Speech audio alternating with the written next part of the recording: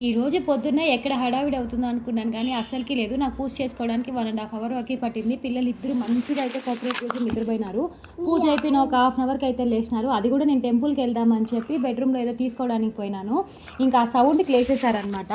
But okay. పొద్దున్న పూజ చేసుకునేప్పుడు ప్రశాంతంగా చేసుకున్నాను. ఇంకా మా బాబుకి స్కూల్ అయితే 2 డేస్ హాలిడేస్. ఇంకా వాళ్ళ కజిన్ వాళ్ళ ఇంటికి పోవాలని చెప్పి ఒకటే ఏడుపు. వాళ్ళైతే ఆటో బుక్ చేసుకుంటున్నారు వెళ్ళడానికి. ఇంక వాళ్ళతో పాటు నేను పోతాను మా అనేసి అంటే ఇంక వాళ్ళని కూడా పంపించేసినాను. ఇంక రేపు పొద్దునకి ఎలానో మేము వెళ్ళే పని ఉంది. అందుకే ఇంకా వాళ్ళతో పాటునే పంపించేసినాను అనమాట. వాళ్ళు ఆఫ్టర్నూన్ లంచ్ అది ఫినిష్ చేసుకొని అయితే వెళ్ళినారు. చెట్లో 2 ఫ్లవర్స్ అయితే వచ్చినాయి. భలే హ్యాపీ అనిపించింది నాకు. ఈ రోజు లంచ్‌కి అయితే మాత్రం అలసంద వడలు అయితే చేసినాను. ఎందుకో తెలీదు అన్నీ మా మమ్మీ చెప్పినట్టే అన్నీ చేసినాను కానీ కొంచెం చప్పగా ఉన్నట్లు అనిపించింది.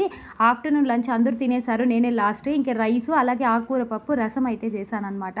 ఇదే ఈరోజు స్పెషల్. మార్నింగ్ అయితే ఇడ్లీ సాంబారు.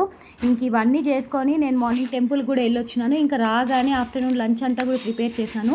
కిచెన్లో ఆ సామాన్లు చూస్తున్నారు కదా ఎన్నున్నాయి. ఇవి తోమాలంటే నాకు 1 అవర్ పడుతుంది. మీరైతే సబ్స్క్రైబ్ చేసుకొని వెళ్ళండి.